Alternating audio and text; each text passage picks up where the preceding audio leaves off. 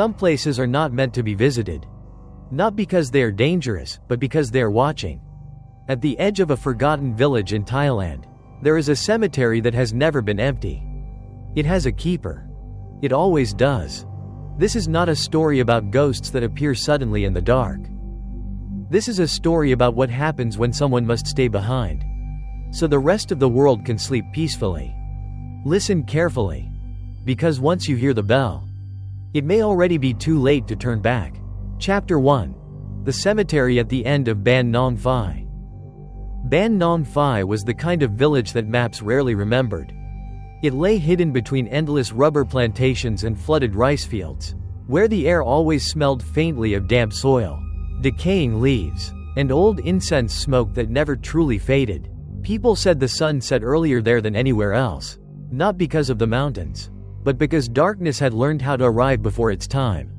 At the very end of the village, beyond the last wooden houses and the final flickering streetlight, stood an ancient cemetery. No fence surrounded it, no sign marked its name. Yet everyone in Ban Nong Phai knew where it began, and where they must never linger after sunset. The cemetery had existed longer than the village itself. Some graves were nothing more than sunken mounds of earth, their markers swallowed by weeds and time. Others bore cracked stone tablets carved with names no one alive could read anymore. At night, the wind moved strangely there, as if it were careful not to disturb something sleeping just beneath the soil. And guarding that place was a man. The villagers called him Kun Phra Chai, the cemetery keeper. No one remembered when he first arrived. He simply had always been there, living in a small, rotting wooden hut beside the dirt path that led into the graves. He had no wife, no children, no relatives who ever came to visit. During the day, he swept fallen leaves from the tombs and replaced burned-out incense sticks. At dusk, he lit oil lamps along the narrow paths between the graves, one by one, as if counting them. But it was at night that his true duty began. When the village fell silent and dogs refused to bark toward the cemetery, Kun Phra Chai would take his lantern and walk slowly among the graves. He did not hurry. He did not look afraid. It was as though he was walking among old acquaintances, some friendly, some not. The elders whispered that if the cemetery were ever left unguarded, the dead would remember how to walk again. So no one ever asked Kun Phra Chai why he stayed. And no one ever asked what, exactly, he was guarding them from. Because deep down, everyone in Ban Nong Phai already knew the answer, and feared it too much to say it aloud. Chapter 2. The Man Who Never Left. No one in Ban Nong Phai could say when Kun Phra Chai first became the cemetery keeper. There was no story of his arrival, no memory of a farewell to another man before him. It was simply accepted that one day, long ago, he was there, and had never left since. His hut stood beside the cemetery path, built from warped wooden planks darkened by rain and age. The roof sagged under years of rot, yet it never collapsed. Some villagers claimed it should have fallen decades ago, but it remained standing, as if something beneath it refused to let it decay completely. Kun Phra Chai lived alone. No visitors came, no letters arrived. When asked if he had family elsewhere, he only smiled faintly and said nothing. It was a smile without warmth, the kind worn by someone who had already said goodbye to the world. During the day, he moved slowly among the graves, his bare feet silent on the soil. He cleaned moss from old headstones, straightened offerings left by grieving families, and replaced wilted flowers without complaint. He worked as if following a routine carved deep into his bones, one he no longer questioned. Yet there was something unsettling about him. He never left the cemetery grounds. Not for festivals, not for funerals in the village, not even when monks came to collect alms at dawn. Food appeared at his doorstep each morning, left by villagers who avoided meeting his eyes. By the next sunrise, the bowls were always empty. At night, no one saw him sleep. Those who passed near the cemetery after dark sometimes glimpsed a lantern drifting between the graves. The light moved slowly, deliberately, pausing at certain tombs longer than others.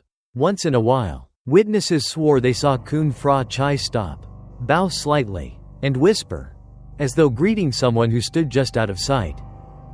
Children were warned never to call out to him after sunset. The elders said that if you spoke to the cemetery keeper at night, something else might answer instead. And perhaps the most disturbing thing of all was this. No one in Ban Nong Phai could remember seeing Kun Fra Chai age. Years passed, children grew old, tombstones cracked and sank into the earth.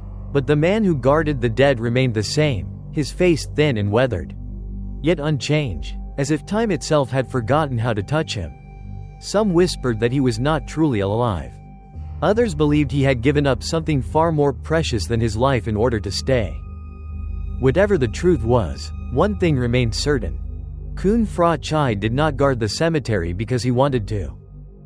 He stayed because leaving was never an option. Like and subscribe to Whispering Dark Tales for more chilling ghost stories. Chapter 3. The Bell at Midnight. The first night I stayed in Ban Nong Phai, the village fell silent earlier than I expected. By 9 o'clock, doors were already barred, oil lamps extinguished one by one, and even the insects seemed to quiet down, as if something in the air warned them to listen instead of sing. I lay awake on a bamboo mat, staring at the ceiling, when the sound came. A bell.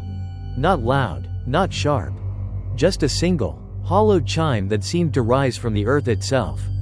It rang at exactly midnight. The sound did not come from the temple.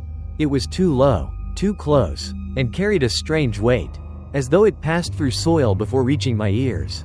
A second chime followed, then a third, slow, deliberate, each one separated by long stretches of suffocating silence. I sat up, my chest tight. From my window, I could see the dirt path leading toward the cemetery. A faint yellow light appeared between the trees. Swaying gently, Kun Fra Chai emerged from the darkness, holding his oil lantern in one hand. The bell hung from his other wrist. With each step he took, it rang softly, not because he shook it, but because something unseen brushed against it. He entered the cemetery without hesitation. The lantern's glow revealed gravestones one by one, rising like broken teeth from the ground. As Kun Fra Chai walked deeper among them, I noticed something that made my breath catch. Behind him, shadows moved. At first, I told myself they belonged to trees, stretched unnaturally long by the lantern light. But the shadows did not move like branches. They lagged behind him, then surged forward, their shapes bending at angles no human body should. And there were too many of them. Kun Fra Chai stopped near the center of the cemetery. The bell rang once more, louder this time. The shadows around him froze, clinging to the ground like stains that refused to fade. He raised his head and spoke. His voice was low, calm, and steady, as if reciting something he had memorized long ago.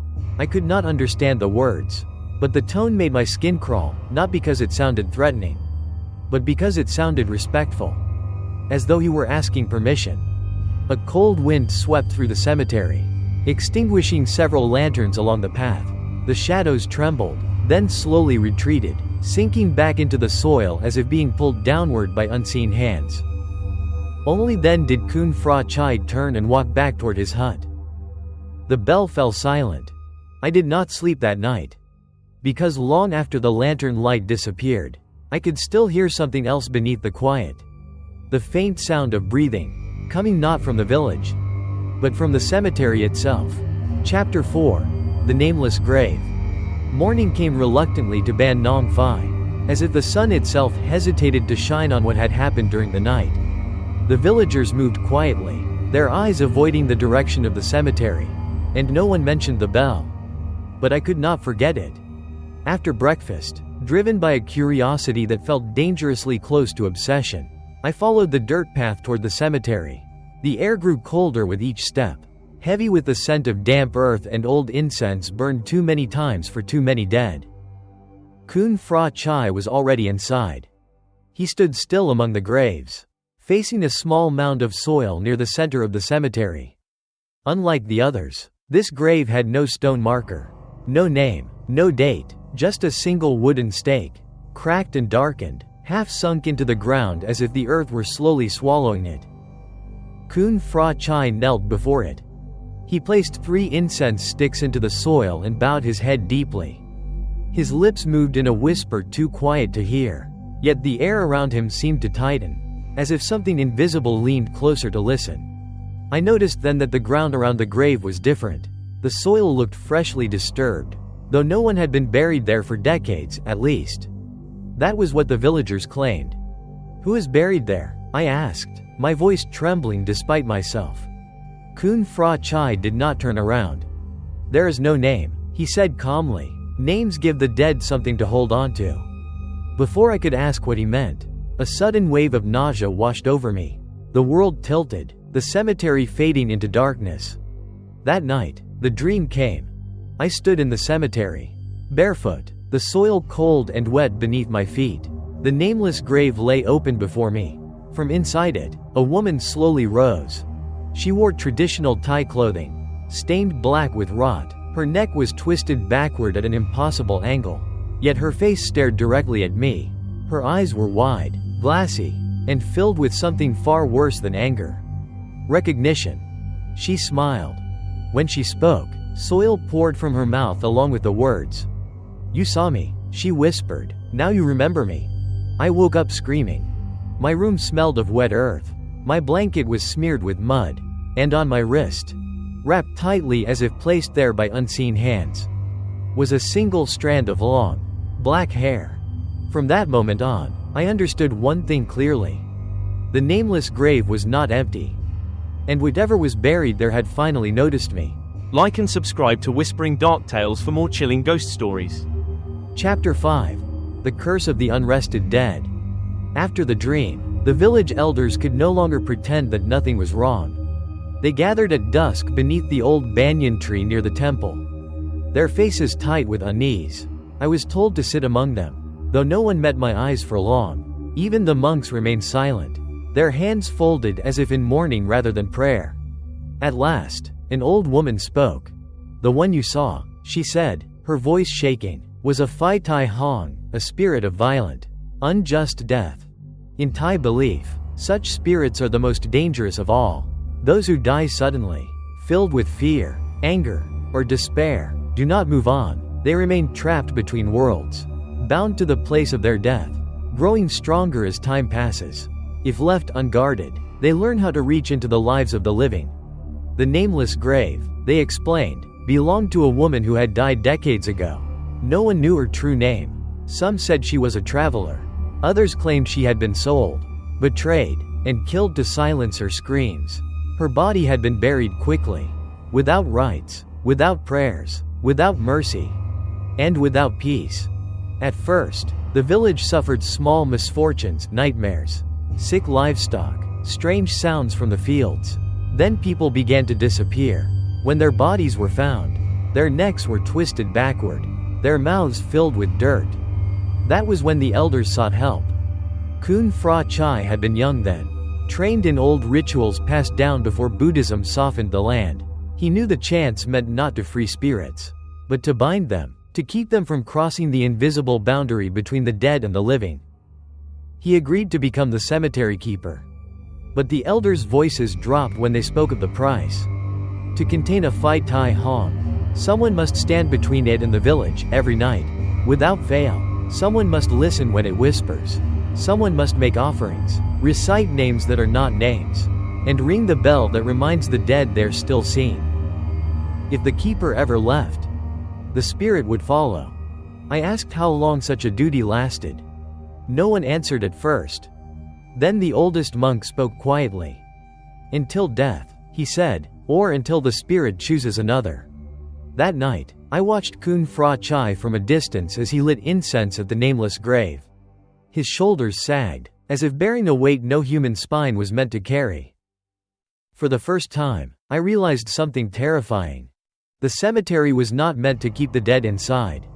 It was meant to keep one spirit from ever being alone. And now, somehow, it had begun to notice me. Chapter 6. The Night Without a Shadow. The change was subtle at first. Kun Fra Chai began to move more slowly than before. His steps dragged slightly across the soil, as if the ground itself resisted letting him go. When he spoke, his voice carried a faint echo, not loud enough to notice immediately, but wrong in a way that made people uneasy. It was the shadows that revealed the truth. One evening, as the sun dipped below the treetops, I watched Kun Fra Chai light the lanterns along the cemetery path. The flames flickered weakly, casting long, distorted shapes across the ground. Except one was missing. Kun Fra Chai cast no shadow. The lantern's light passed through him as though he were no more solid than smoke. Yet behind him, the shadows were thicker than ever, dozens of them overlapping, stretching and twisting over the graves. Some crawled low along the earth. Others stood upright, swaying gently, as if waiting for something to happen. A cold realization settled into my chest. The shadows behind him did not belong to the lantern. They belonged to the dead. That night, the bell rang earlier than usual. When midnight came, Kun Fra Chai walked into the cemetery, his lantern dim and trembling. I followed at a distance, my heart pounding, careful not to make a sound. He stopped at the nameless grave. For a long moment, nothing happened. Then the soil began to breathe. The ground rose and fell as if something beneath it were inhaling slowly. Deliberately, Kun Fra Chai raised the bell, his hand shaking, and rang it once. The breathing stopped. But instead of retreating, the shadows pressed closer, circling him. I heard whispers, not voices, but fragments of breath brushing against my ears, repeating a single phrase in a language too old to understand. Kun Fra Chai sank to one knee. For the first time, fear crossed his face. "I am still here," he whispered hoarsely. "You are not allowed to cross." The ground trembled beneath us. When the lantern flickered out, the darkness became absolute. I felt fingers brush my ankle, cold and wet, tugging gently, as if testing whether I would resist. The light returned moments later. The shadows were gone. Kun Fra Chai remained kneeling, his head bowed, breathing hard. When he finally stood, his body seemed lighter, too light, like something already loosening its grip on the world. As he passed me, he looked straight into my eyes. "You hear them now," he said quietly. "That means they are preparing." "Preparing for what?" I asked. His lips trembled. "For the night when I no longer cast a shadow at all." And in that moment, I understood the terrible truth. The cemetery keeper was not weakening. He was being replaced. Like and subscribe to Whispering Dark Tales for more chilling ghost stories. Chapter 7. The Corpse That Opened Its Eyes. Death visited Ban Non Phai again 3 days later. An old farmer named Somchai was found dead in his sleep, his body stiff and cold by dawn. The villagers prepared his funeral quickly, eager to complete the rites before nightfall. No one wanted a corpse to remain unburied after sunset, not anymore. The wooden coffin was placed in the family's home, incense burning thick in the air. Monks chanted softly, their voices trembling in a way I had never heard before. It felt less like a prayer and more like a warning. I stood near the back of the room when it happened.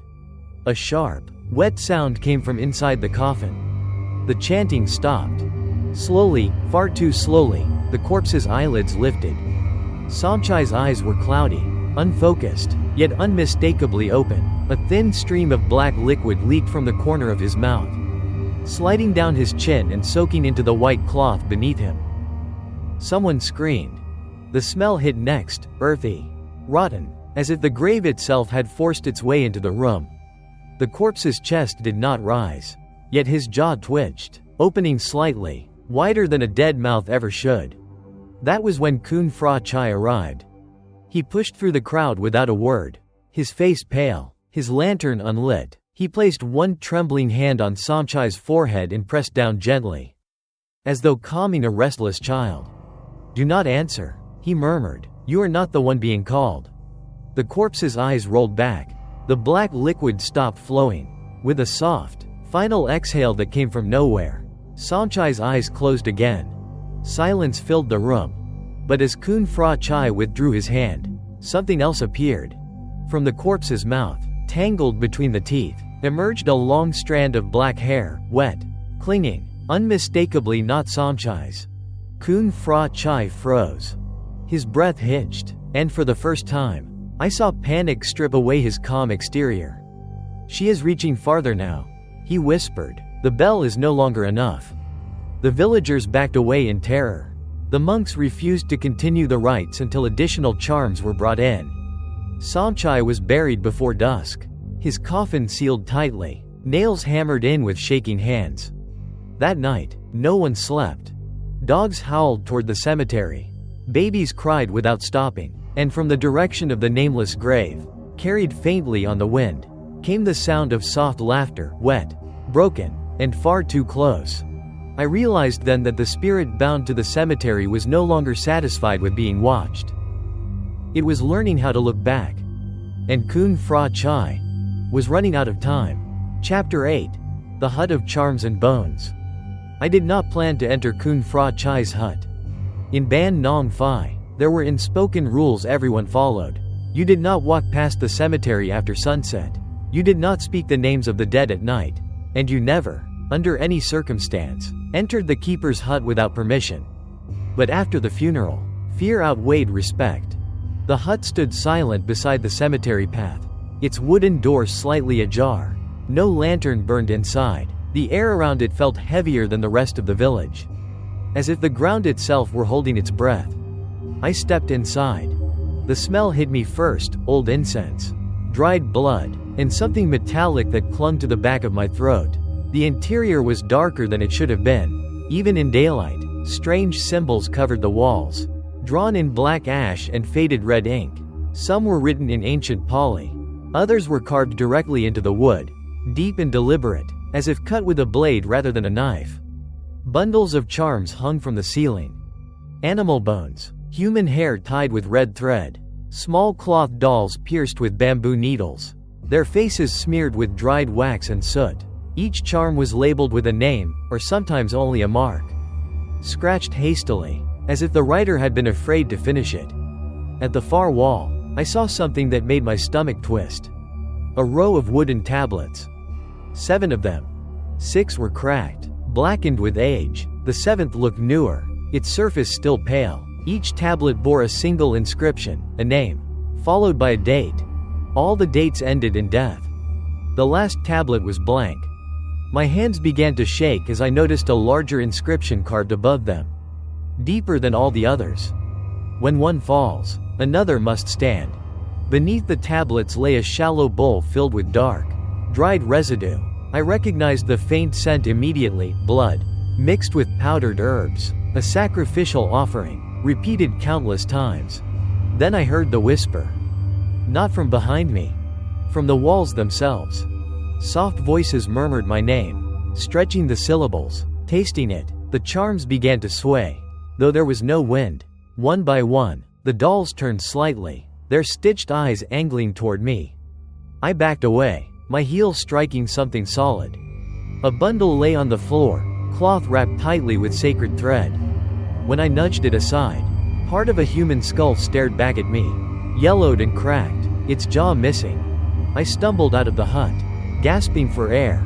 Behind me, the door creaked shut on its own. That night, Kun Fra Chai said nothing about my intrusion, but as he rang the bell and walked toward the cemetery, I saw something new etched into the side of the lantern.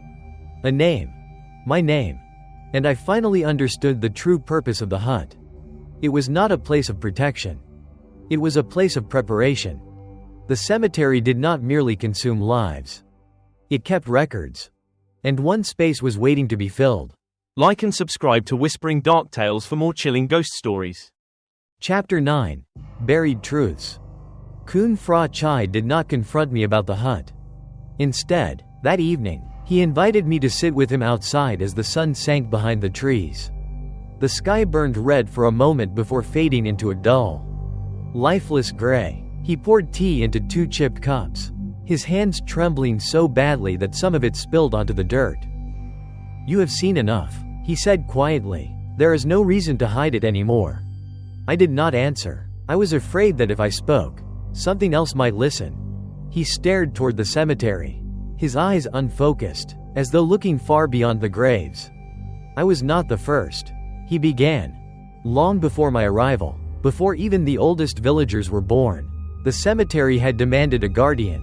The first keeper had been a monk who tried to free the Phi Tai Hong through prayer alone. When he failed, the spirit tore through the village in a single night. By morning, 7 people were dead, their bodies twisted in the same unnatural way. The second keeper volunteered. The third was chosen by ritual. The fourth was tricked into staying, just for one night. None of them ever left. Each keeper learned the same truth too late. The rituals did not weaken the spirit. They only redirected its hunger. The keeper became a barrier, flesh, blood, and wool pressed between the dead and the living. When one grows weak, Kun Fra Chai whispered, the spirit begins to search. I asked him why he had agreed. He closed his eyes. I thought I could endure it. He said, I believed that if I stayed long enough, the spirit would forget the village. A bitter smile crossed his lips. But spirits do not forget. They wait. He lifted his sleeve, revealing deep scars carved into his forearm, old ritual marks, cut again and again over the years. Each scar represented a night he had nearly lost control, a night when the dead pressed too close. The bell, he continued, is not a weapon, it is a reminder. It tells the dead that someone is still watching them. And when you can no longer watch? I asked. His gaze met mine, steady and unbearably tired. Then the spirit will choose someone who can. The wind picked up, carrying with it the faint scent of damp soil. From the cemetery came a low sound, something between a sigh and a laugh. Kun Fra Chai stood slowly, his joints cracking. You have already been seen, he said. That is why you hear them. That is why they speak your name. I felt the weight of his words settle into my bones. The truth was not that the cemetery needed a keeper. The truth was far worse. The cemetery needed a replacement. And for the first time since arriving in Ban Nong Phai, I understood that my presence there had never been an accident at all. Chapter 10. The Blood Moon Rite. The blood moon rose over Ban Nong Phai without warning. There was no storm, no omen in the sky beforehand, only a sudden, sickly red glow bleeding through the clouds as night fell. The elders noticed it first, then the monks. Soon the entire village stood frozen, staring upward in silence. Blood moon nights were spoken of only in whispers. They marked the moments when the boundary between the living and the dead thinned enough to tear. Kun Fra Chai prepared for the rite alone. Inside the cemetery, he cleared a circle of earth near the nameless grave. He traced symbols into the soil using a mixture of ash, salt, and his own blood. Each mark steamed faintly as it touched the ground, releasing a smell sharp enough to sting my eyes. This ritual was never meant to be performed twice by the same keeper. He said, his voice weak but steady. The body remembers too much pain. I watched as he wrapped sacred thread around his wrists, his chest, his throat. With each knot, his breathing grew heavier, as though the thread tightened around his lungs. The bell lay between us, dull and scratched, its surface darkened by years of contact with unseen hands. When the moon reaches its highest point, Kun Fra Chai said, the spirit will listen. And then what? I asked. He did not answer right away. Instead, he picked up the bell and placed it in my hands. It was heavier than I expected.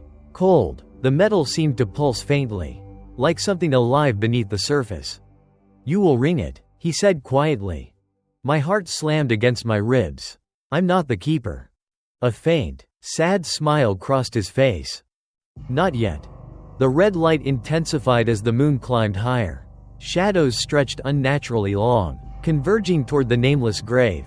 The ground began to tremble, not violently, but rhythmically, like a heartbeat beneath the soil. Whispers filled the air. Not words. Names. Mine among them. Kun Fra Chai knelt at the edge of the circle. His hands shook violently now, blood seeping through the sacred thread. Sweat ran down his face, dripping onto the symbols below. She knows I am failing, he gasped. She feels the space opening. The soil split open with a wet sound. From the crack, blackened fingers emerged, digging into the earth, pulling upward. A shape began to form beneath the surface, stretching the ground as if it were thin cloth. Ring it, Kun Fra Chai commanded. I hesitated. The whispers grew louder, closer, pressing against my ears from every direction. The bell vibrated in my hands, eager, impatient. Ring it, he repeated, his voice breaking. If you don't, she will step out. I rang the bell. The sound exploded through the cemetery, deep, resonant, filled with grief and fury. The ground convulsed, the fingers recoiled, dragging themselves back into the grave. Kun Fra Chai screamed. Blood poured from his mouth as the symbols flared bright red, burning into the soil. The moon's light dimmed slightly, as if satisfied. When the bell finally fell silent, Kun Fra Chai collapsed forward, gasping for breath. The rite was complete. But as I looked down at my hands, I saw something that made my blood run cold.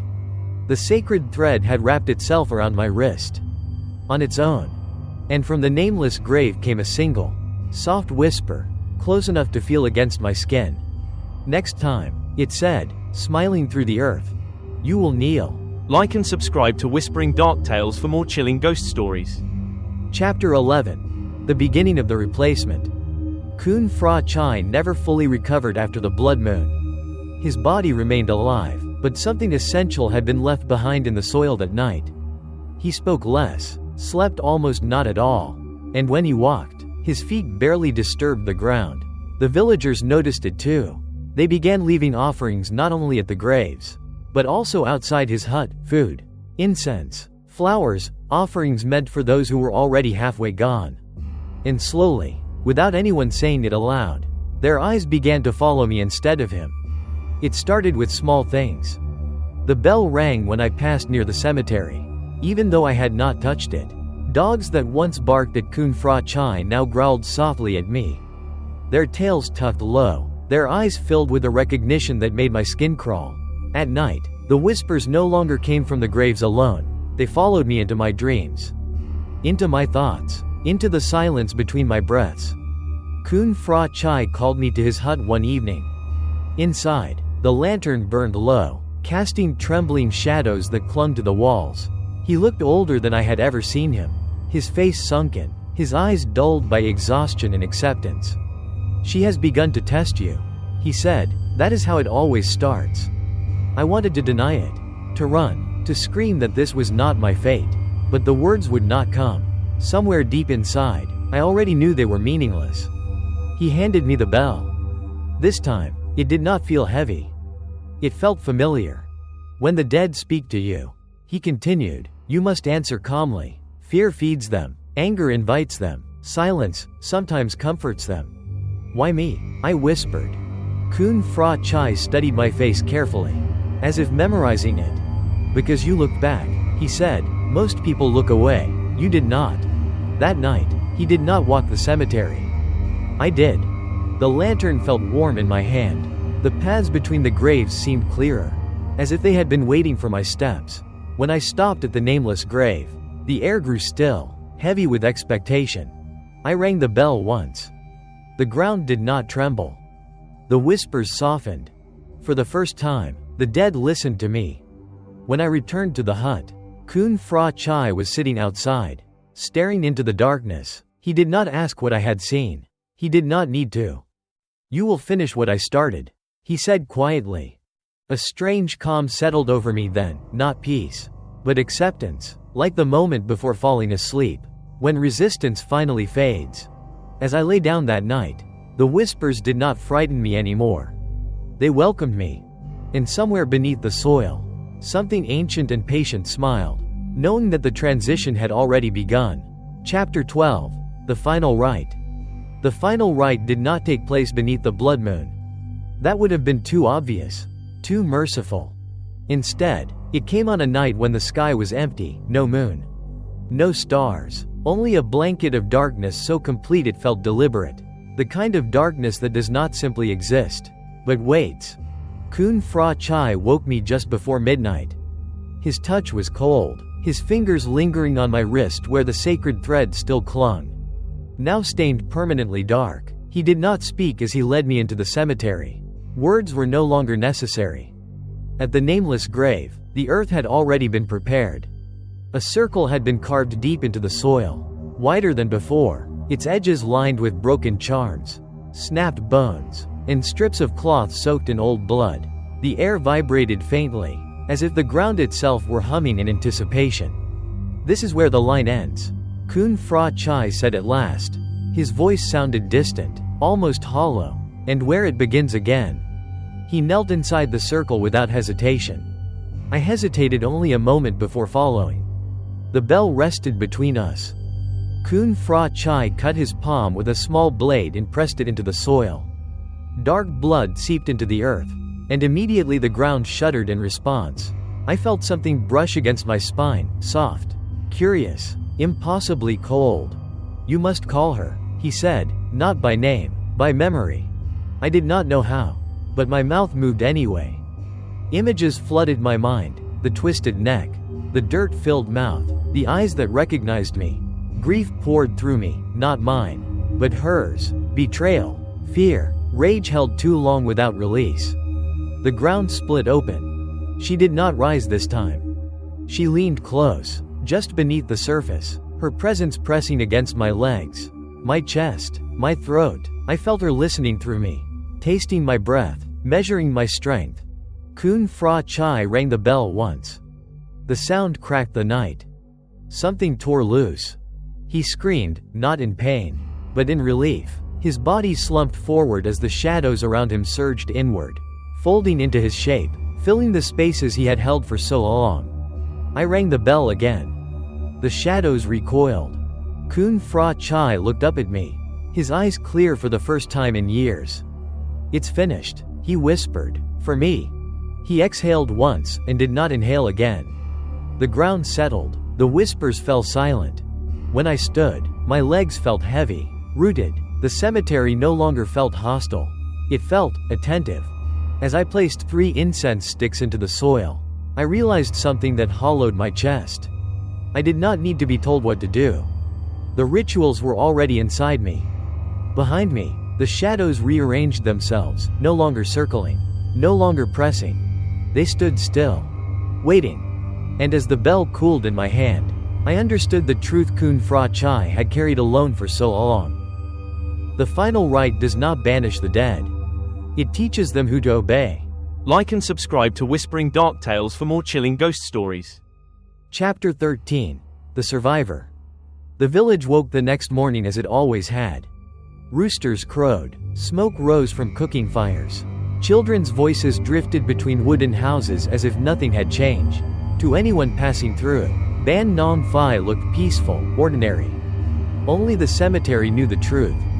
They buried Kun Fra Chai just before noon. The villagers followed behind the monks in silence, their heads bowed, their steps hesitant. No one cried. No one spoke his name too loudly.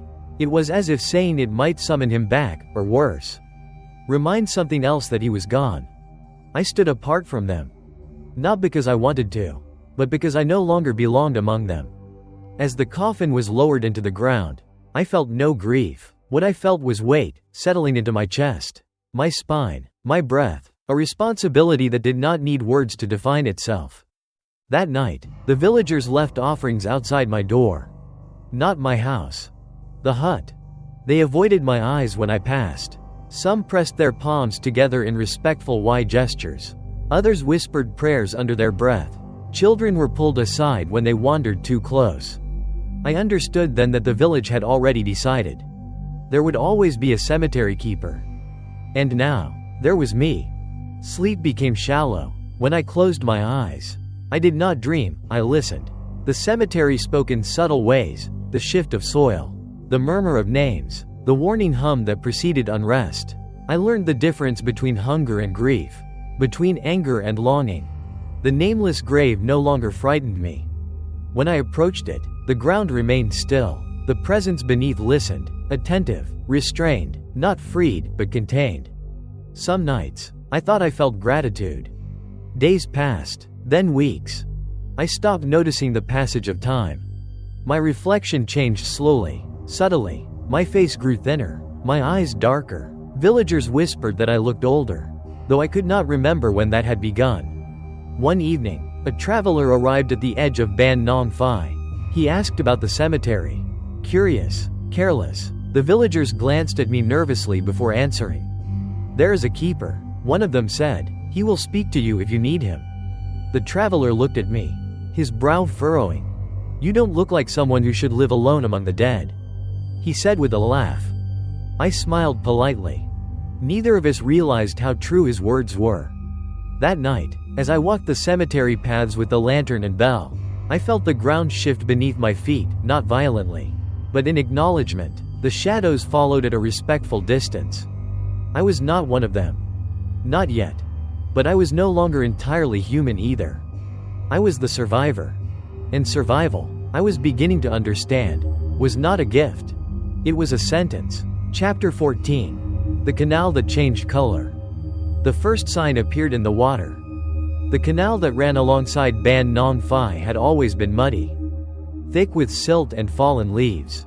It flooded during the rainy season and shrank into shallow streams when the heat came. No one thought much of it, until the water darkened. At dawn one morning, villagers gathered at the canal's edge, whispering nervously. The surface reflected no sky, only a dull, oily black that swallowed light instead of returning it. Fish floated belly up, their eyes clouded, their mouths open as if frozen mid-gasp. I felt it before anyone spoke. The cemetery was reaching outward.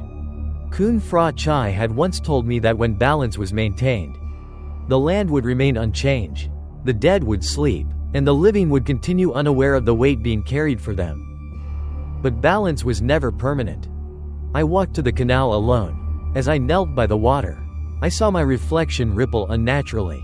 For a brief moment, another face appeared beneath mine, pale, smiling, patient. The water stirred. From below the surface, faint handprints pressed upward, vanishing as quickly as they appeared. The villagers stepped back in fear, murmuring prayers, clutching charms. "She is restless," one of the elders whispered. "No," I said softly, "she is listening." That night, I increased the offerings at the Nameless grave. More incense, more ash, more blood than I had ever given before. The bell rang longer, its sound sinking deep into the soil, anchoring the restless energy back toward the cemetery.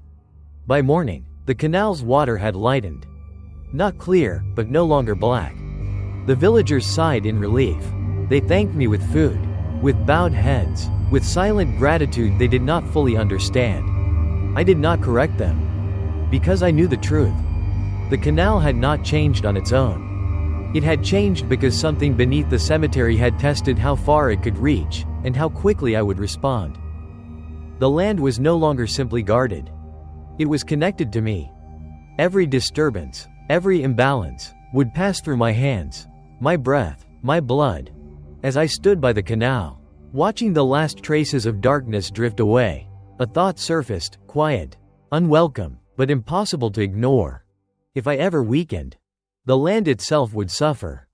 That night, I dreamed of water rising, spilling over the cemetery walls that did not exist, flowing into the village, carrying voices with it. When I woke, my clothes were damp. The smell of the canal clung to my skin. And I understood that peace in Ban Nong Phai was not the absence of danger. It was the presence of a watcher willing to absorb it. And one day, inevitably, the water would darken again. Like and subscribe to Whispering Dark Tales for more chilling ghost stories. Chapter 15. The cemetery is never empty. Years passed in Ban Nong Phai. Or perhaps they did not. Time became unreliable once I stopped measuring it by seasons and funerals. The village changed in small ways, new roofs, repaired paths, children growing into adults, but the cemetery remained the same. It always does. Travelers still arrived from time to time. They asked the same questions. They felt the same unease. Some stayed longer than they should have, drawn by curiosity or disbelief. Most left quickly, their relief visible the moment they crossed the village boundary. A few never truly did. I learned to recognize them, the ones who lingered near the cemetery at dusk, who looked back instead of away, the ones who listened when the land whispered. I never warned them directly. Warnings only frighten the living. The dead prefer patience. At night, I continued my rounds, lantern in one hand, bell in the other. The paths were familiar now, etched into my memory as deeply as the scars beneath my sleeves. The shadows followed, no longer threatening, no longer pressing. They obeyed. The nameless grave remained still. The presence beneath it was contained, restrained by routine, by acknowledgement, by my constant watch. Not gone, never gone. Some nights, when the wind was right, I heard Kun Fra Chai's footsteps behind me. I did not turn around. I did not need to. The cemetery remembers all who have stood for it. One evening, A young man approached the hut. He claimed he was just passing through, that he needed a place to rest before continuing his journey. His eyes lingered too long on the graves. His questions came too easily. I offered him tea. We sat outside as the sun faded, the sky dimming into familiar shades of gray. He spoke of his life elsewhere, of things he was running from rather than toward. When he finally asked about the cemetery, his voice dropped to a whisper. "Why does it feel like something is watching me?" he asked. I met his gaze. "Because it is," I replied calmly. "And because you noticed." He laughed nervously, dismissing it as superstition, but his hands trembled when I placed the bell between us. That night, the bell rang again at midnight. Not because the dead were restless, but because the cemetery was acknowledging a possibility. As I walked among the graves, I felt the familiar pull, not of hunger, but of continuation. The land does not crave cruelty. It craves balance. And balance, I had learned, always demands a witness. If you ever find yourself in a village like Ban Nong Phai, and you see a cemetery at the end of the road, pay attention to the keeper. Do not ask their name. Do not offer to help. And whatever you do, do not look back when you hear the bell. Because the cemetery is never empty. And one day, quietly, patiently, it may decide that you are ready to stay. The village still exists. The cemetery is still there. And someone is still watching. People pass by, unaware of the price that is paid for their safety. They never ask the keeper's name. They never wonder how long he has been there. And that is exactly how it should be. If you ever find yourself near a cemetery at the end of a quiet road, and you hear a bell ringing in the distance, do not follow it. Do not look back. Because the dead are not calling you. They are only checking whether you are ready to stay. Like and subscribe to Whispering Dark Tales for more chilling ghost stories.